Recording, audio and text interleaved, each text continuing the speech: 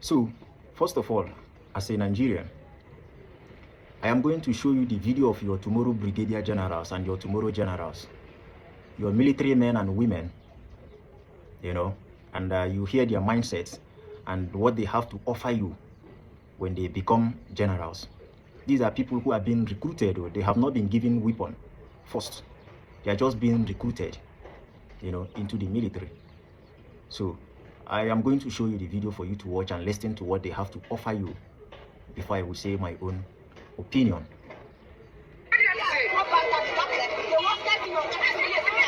So what do you advise? Okay, I love that. That's good. I love civilians.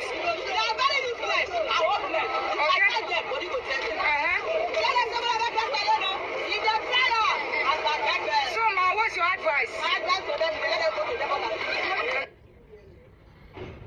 Did you hear what they said? These little brats, people who cannot even take one serious punch, are telling you that a civilian, being a civilian, is very useless and very hopeless. And once they see you, they will flog you. They will beat the hell out of you. That is their mindset.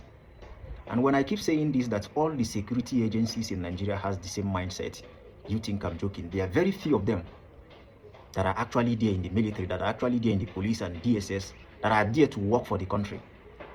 The rest of them are just there to intimidate and what they have to take from you in terms of intimidation. That is their mindset. These are the people who are being recruited in the military. They are not officially considered as military people though, because I don't think these people can actually handle a firearm, AK. They are not been given AK first. But you see their mindset. They are only holding belts now. But you heard what they have been saying, and the person making the video is telling them it's good that you have to flog a civilian. That is the mindset of some of these people that is in the military, and that is why Nigeria is the only country where you'll be walking on the street, you will see a soldier beating a civilian, punching a civilian, using stick, using all kind of weapon to beat a civilian on the street of Nigeria. And it is not that the person cannot fight back. Some of these people, some of these soldiers that are beating people on the streets, one-on-one, they cannot even stand you up to 1 minute and they will be a dead man, a dead body. But because we respect the uniform that they are putting on, you have to obey. You are beaten up by them on daily basis and you keep quiet because you obey the rules, you respect the law of your country. You hear them, you hear their mindset.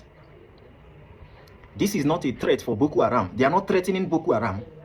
They are not saying that they will beat the hell out of Boko Haram or thieves, or the different kind of organization that has been terrorizing Nigerians for on daily basis. You go from one community to another, you see how people are being unalive in thousands, being slaughtered with machete, with all kind of weapons. A lot of you don't see what my eyes is saying. I don't know if some videos that I've been seeing in some certain places, a lot of you are not seeing it. You see how people are being butchered on a daily basis by these people.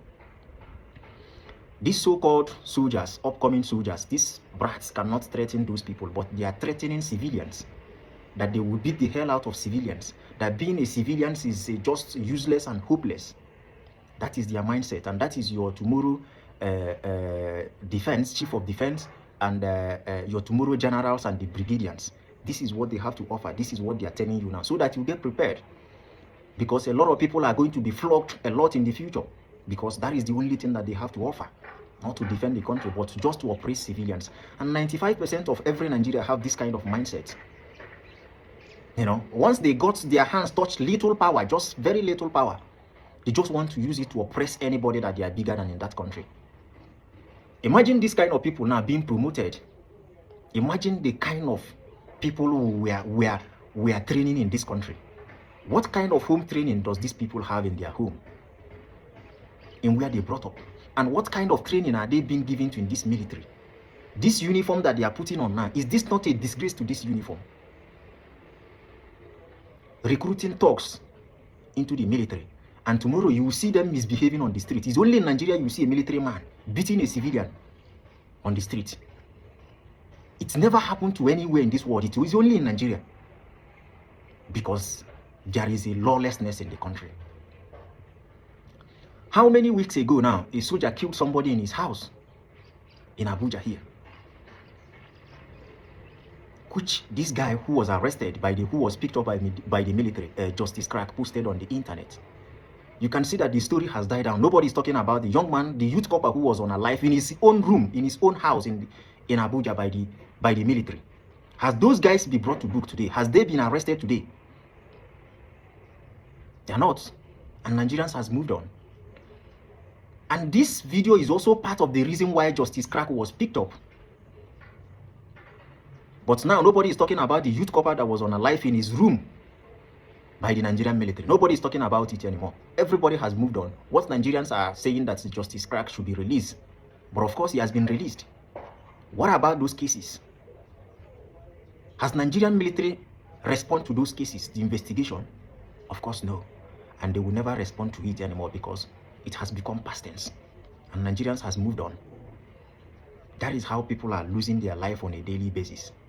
By kidnappers, by the terrorists, by the armed robbers, by the military, the police, and other security agencies, including local vigilantes. At the end of the day, the innocent citizens are the ones suffering from all these things. And of course, politicians are not interested in whatever poor man have to say. The only thing that they want to do now is how they will still continue in 2027 to keep embezzling our public funds. And you can see how the former governors are busy buying form, preparing for 2027 election. Why so many of them have pending cases in the court of embezzling of public funds? They still want to come back. A lot of these people are former senators, people who have been in the Senate for more than 10 years, for more than 15 years.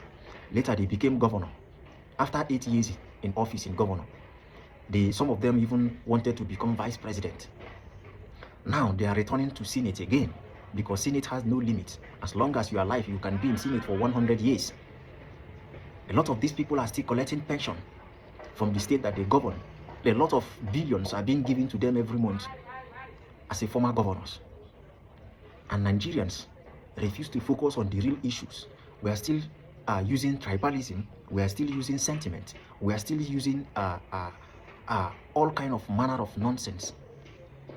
Why the country is heading from frying pan to fire. See people who are going to be representing you tomorrow. People who are going to be your generals and your brigadiers. So get prepared to be flogged on the street of Nigeria by this so-called your military. That is the country we live. That is the country we live in. Everybody does anything without accountability because we live in a lawless society where everybody can do anything and get away with it and still, be in politics, still be your governors, your senators. We are done. We are cooked and we are done already.